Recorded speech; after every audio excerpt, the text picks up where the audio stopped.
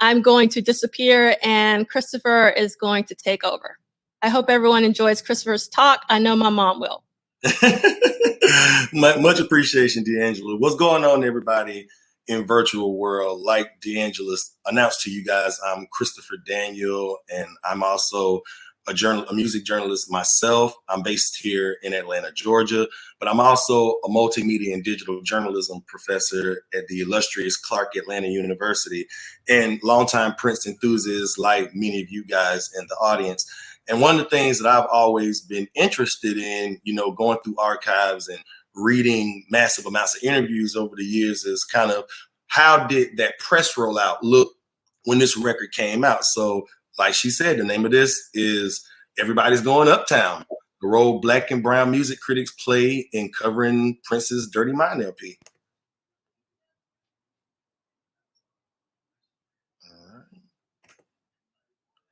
Just a little refresher for you guys, a little nostalgia. Looking at the album sleeve, that infamous classic album sleeve, but at the box spring, we have the jacket with the patch and the bikini briefs and the neckerchief. And of course, spray painted album titles. So look, cliff notes before we get started. So on October 8th, 1980, via Warner Brothers Records, Prince's third full-length studio album, Dirty Mind, was released to the world. And of course, unlike the previous two efforts, this particular album was a bit of a departure, really allowing Prince to really explore more of the punk, rock, and new wave elements that were really prevalent at the time, but didn't really stray too much from the funk and the R&B and the soul that he had really grown to give us. But, of course, synth pop and even a little bit of doo-wop and 50s style rock and roll was up in there. Do I like you didn't hear that and got a broken heart again? But of course, looking at some of the subject matter, like I said, it was a bit of a departure, looking at more of sexual identity and incest, and there's anti-war messages and oral sex, even menage a trois, a little infidelity, and liberation and open-mindedness. But what's interesting is when you think about those sort of hard-hitting topics, even when Prince sings, he comes off as very vulnerable, right? He's the more submissive person. He's the more weaker of the two. So there is a little bit of a emotional difference that you hear in these records as opposed to it being just him being this kind of just outlandish sort of talent that he was made out to be.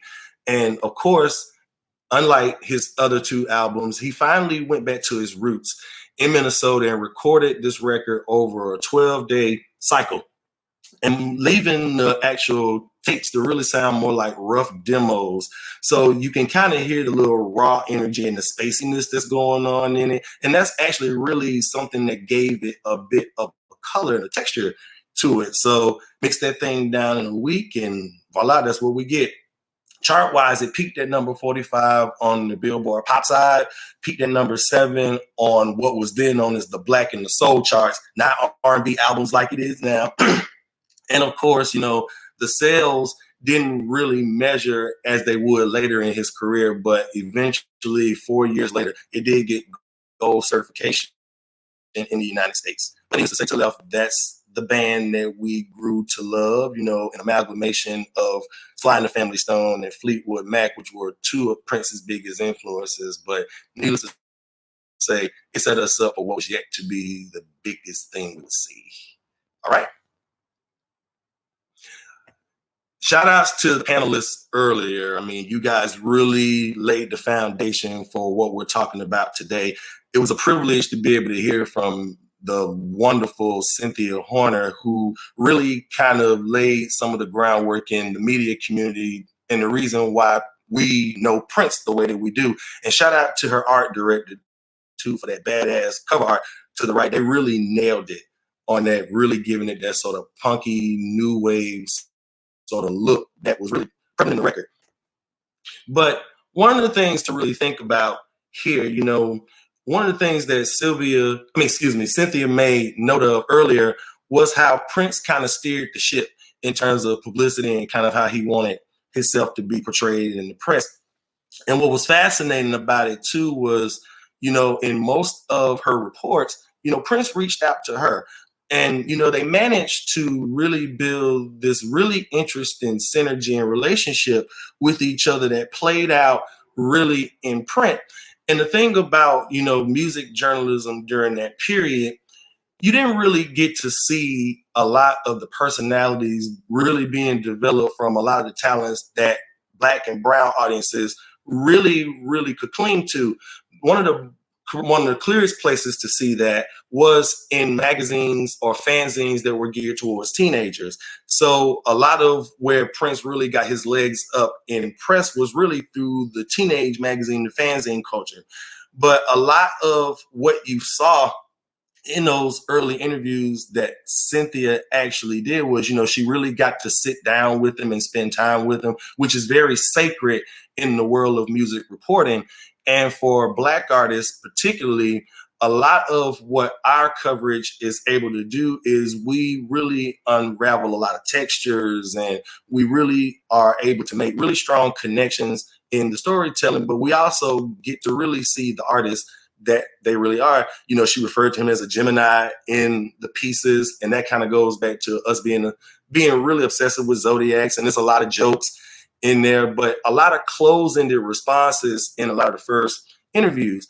But you also got to really see a lot of things like his affinity towards women, and what was funny too, he hated clothes, and it's ironic considering one of the biggest fashion icons in our culture hated clothes at one point, and he disliked late hours in the studio. Go figure. For someone who really sprung out and had like late night shows and was notorious for it, you just never would think that. But also too, she really was able to see an artist that was really in the making and really trying to figure out his direction. There was one particular quote in one of her stories where he talked about his very first single, Soft and Wet, really being something that didn't seem like him.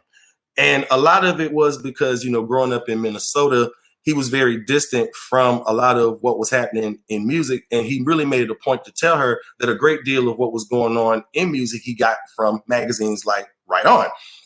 And of course, it got to a point where, they could identify with each other. And Cynthia talked earlier about them being able to relate to each other based on where they came from and how they grew up. So in this particular phase, it became really important because that relationship kind of set the tone for him establishing trust with her and her establishing trust with him, which is very important when you're telling stories about Black and brown people, obviously, because a lot of times we're already kind of not portrayed in the best light. So that gave her a lot of opportunity to really kind of sell him, if you will. So she talked about interviews being done in a very unorthodox way, and the fact that Prince didn't like interviews so much. But the cool part was she was able to kind of educate him on the importance of publicity in his machine. So it was good to see that sort of level of respect that both of them kind of had for one another really played out in print. But the fact that he really revealed that there was a new album on the way and he had a new band. And by the second and third interviews, there was a two-way exchange between them. So that kind of showed that their relationship was kind of unraveling there too. And he didn't give so many close-ended answers when he did the first one. And then, of course, the fact that she could refer to him as a darling little elf you like to take home. But he also kind of laid the groundwork to let her know that the next album that he was coming with was, quote unquote, a lot nastier. So he was really good at kind of setting us up for what was to come. All right. Anybody knows too that getting a piece in the Village Voice was a big deal. And by the time the album dropped, they were really trying to figure out the best means to really get the word out to local press and people in the influencer community, or what would be considered as influencers, where they could really take this story. So one of the very first shows that he actually did, there was a really interesting writer there, a brother by the name of Pablo Yoruba Guzman, who actually created one of the most astounding bits of coverage on Prince, December 17th, 1980, after seeing the show. And I want to read you a passage from a blog post that he did in 2016 on Medium that really kind of sets up why this story is such a big deal and why the Black and brown connection is really important. I had been on a crusade in my writing to push so-called progressive rock radio to expand their playlist by omitting more than just Hendrix and to open music criticism to the wealth of funk and salsa, that R&B should not be marginalized, that rock was not, that rock was not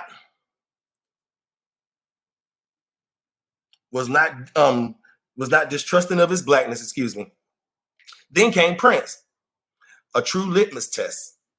I wrote this in the Village Voice for December 17, 1980. His manager at that time told me that they took the piece to Warner's to get better tour support and promotion. The boy broke through because of all that talent. And one of the things that's really important when you think about Black and brown writers, we can sell the hell out of a story, y'all. You have to really give us color and unpeel the layers and really draw us in and bring us in as part of the whole experience. And one of the things that Pablo did so successfully in his writing, he really established the color and really was able to cross-reference a lot of things that really allowed for a more massive audience to really take note of why Prince was such a dynamic artist. The excitement was in the building. The kid is that good. When we saw Prince live, it was a double mind fuck. Forget the Wimp on American Bandstand Soul Train. Forget to the ultra cool progressive soul of the album. Like Prince and his tough 5-piece band rocked out. And this is one of my favorite parts, y'all. Names must be dropped for reference. Prince is the Ramones with punch, Elvis Costello with wit, Blondie with bounce. At the same time, Prince, switch it that he is, cameo electrified, mother's finest realized, Rick James personified. There's a bit of that little humor in there for you. What George Clinton wants for Funkadelic, what Talking Heads aches for by adding Nana Hendrix and Bernie Worrell, Prince is. No one has straddled rock apartheid like Sly Stone and Santana at their peak. If white rock radio lets his listeners have an honest listen, Prince can be the one. So once you kind of see this, one of the things that he's really doing is what most good Black writers were doing at that moment. They were really bringing a lot of passion into their writing. So a great deal of what you see here was him literally letting people know like he's every man in one pack. And, you know, being able to do all of that was something that I think a lot of really interesting writers at the time could really do in order to sell the product, right? So then you keep going. No more cool soul, no more Swavey studio ambiance. Dirty Mind has got to be and will be on everyone's list as one of the rock albums of 1980. With this album, Prince truly came out of the closet. No, not only does he rock, he does so with style, a wit, and a sound that places him at the cutting edge of whatever wave is new now. And of course, being able to sandwich his music in between Donna Summer's The Wanderer and the Talking Heads Life during wartime. So you got one Black artist that was teetering on the new wave synth pop sound, had a big hit with it. And then, of course, another band that was kind of in that same vein. But then the closing sentence, rock in the 80s has a new Prince. Will rock radio be part of the coronation? Stay tuned. So he was coming for that neck, and you can see how right here that level of passion and that level of being able to immerse people into the sort of experience of seeing it live was a whole nother story. So that's what it was. Also at that same show, you know, was a series of influencers. I think Nile Rodgers and Tony Thompson was in the audience. Mick Jagger was in the audience. Rocky Ford, the producer on Curtis Blow's records, rest in peace, he was there. But Nelson George, who is hands down one of the quintessential Black pop culture writers, was really instrumental in covering Prince proactively too. There was recently a conversation we had last Sunday on Twitter where he reposted the cover story he did for Record World in January of 1981. And of course, you know, one of the things that he said was that Prince was one of the most intriguing figures in pop music. So even in Black space, this idea of pop, we were already cool. We didn't have to necessarily get number one on the Hot 100. He was just dope to his audience. And one of the godfathers of that space was there, and he recognized it. And he even tells you Prince's appeal doesn't end on the dance floor. A typical comment is that he's a mix of Smokey Robinson's falsetto sexuality, Jimi Hendrix's rock sensibility, and Sly Stone's onstage outrageousness. And I asked, you know, via Twitter on Prince's birthday, nonetheless, you know, kind of what did that look like? And this goes to show you another reason why the Black press was important. Prince was young on his third album and he needed the press. He talked to a slew of New York-based writers that week. And out of that whole press run came All the Critics Love You in New York, which came on the 1999 project. But that was because of that whole sort of latching that the press got onto his sound and kind of who he was as a performer. And of course, to the right, there's a whole nother tweet where he says Prince's shows, even in that moment, he saw one of the very first ones, that it was a revelatory experience. So that goes to show you that even then, the dopest writers and the top influencers in that space at the time knew what was special. So we knew what was up. So this is why one reason you got to have black press.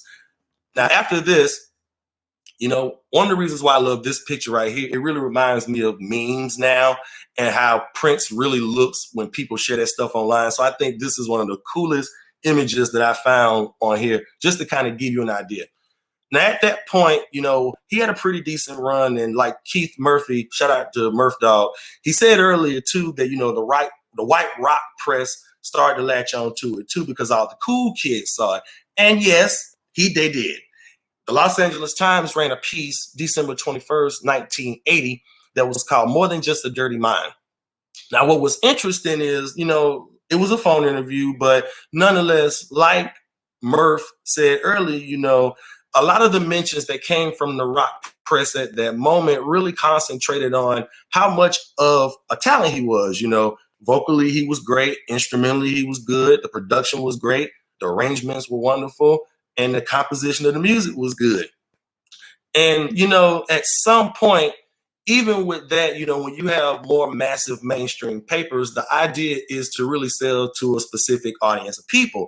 And a lot of times when, you know, white rock critics come into the conversation, they do one or two things. They tend to use a very strong, highly academic, critical sort of lens when they write. So the language is very exhaustive and a lot of it sounds highly, highly smart. Or what they tend to do is they kind of overlook certain things in order to sell to their core audience or their core consumers, which, as we can pretty much say, that's the main paper. So obviously a white audience is in place. So there were certain things that were mentioned in the piece that at this stage in our culture could be potentially retweetable, or once it hits a message board or a comment, it can be really up for grabs. But he managed to say some things that I thought were really interesting.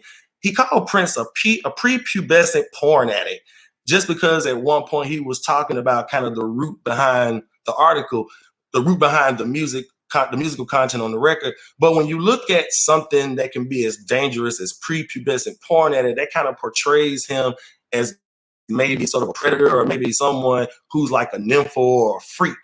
And, you know, that's just something that's highly questionable. And, you know, it just sounds weird.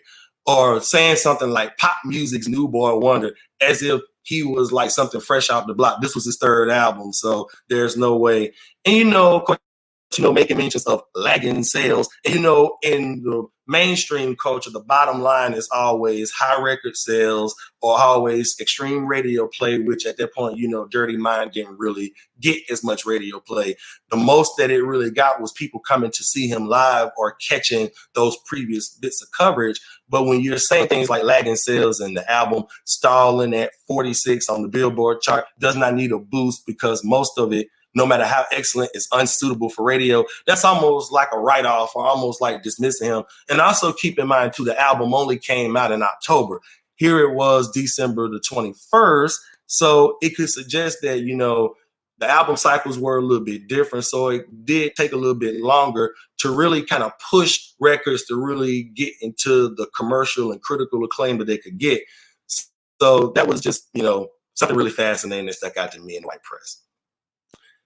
And then, of course, you know, you have things like Rolling Stone, which came February 1981, shortly after the other piece in the LA Times. Now, Rolling Stone prides itself on being, you know, basically the holy grail for music journalism. And, you know, at least, again, getting on the side of the artist and really praising how fascinating and how cutting edge the music was, but also really making some really interesting assessments and writing. Okay.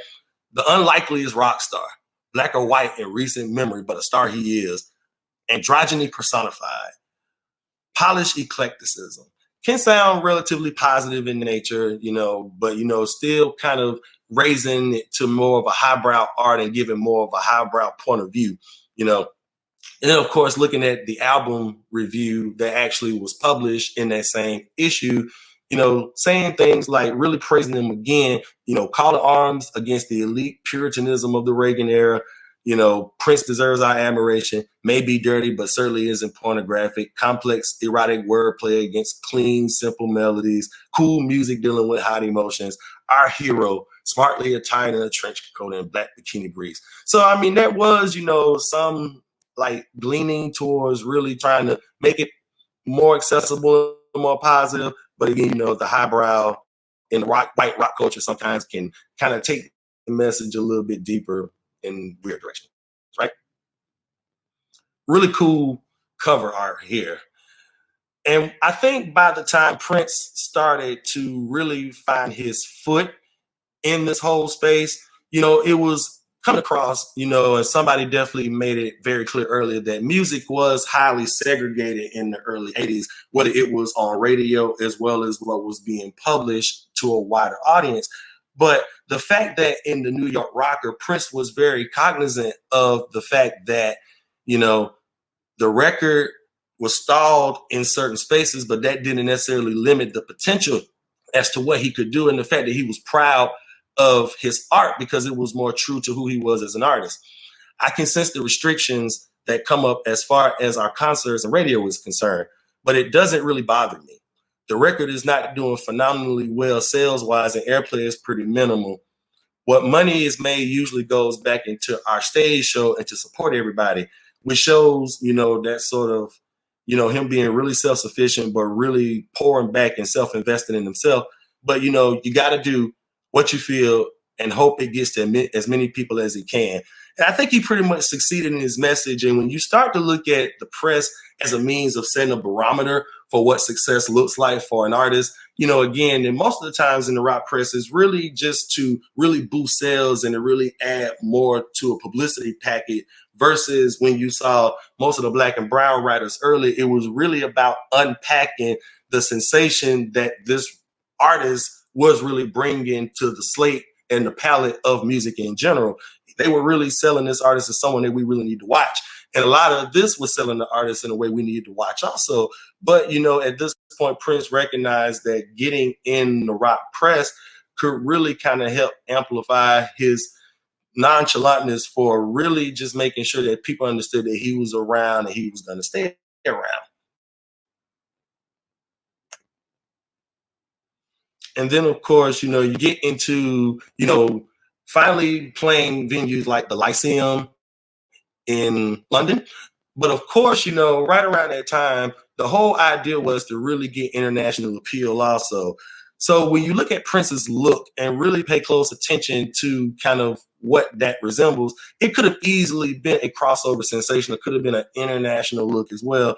So by the time he got into the New Musical Express, also in June of 81, it was pretty clear that, the journalism community there also took note of the fact that Dirty Mind was this really favorable record that had really gotten widespread word of mouth attention, but also was something that was really special on its own.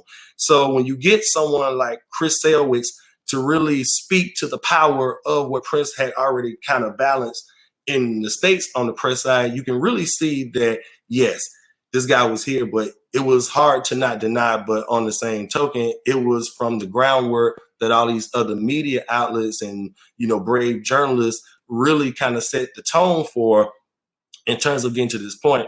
And I also want to make very clear that, there were several pieces that could have come during this time, but the idea of it was to really give everybody kind of a snippet into what that whole landscape looked like during that time and kind of how Prince really had to weather the storm in order just to get the word out, but also use it to his advantage to tell a story. Okay, Christopher, I'm going to have to kick you off the stage. That's my kick you off the stage sound, because I want to make sure we stay on time. And sure. We're almost at 4:00, and Stephen goes on at 4:00. And this was the last one anyway. And I just wanted to And this is it right here. So I can just show this to everybody. Okay. I'm sorry about that. No worries. And just, just to kind of give you a full recap, I started with a Black woman journalist. I want to end with one. So Carol Cooper, who is also really amazing, basically is summing up everything that I've pretty much tried to give you guys in this presentation. Most critics get off to a weak start with his royal badness by being slow to catch on. Only America's Black teen mags were with Prince at the beginning. She also referred to him as a genius and a pop star, but also, too, for Black media, Prince is yet another in a long line of brilliant young Turks getting ready to bend his back against institutionalized white indifference. And of course, years later, in the Village Voice as well, she pretty much considered it as well, like most of us, Dirty Mind was the perfect Black American answer to the world-weary decadence of British New Wave. So needless to say, that's what the press situation looked like for Dirty Mind. And thank you guys for listening.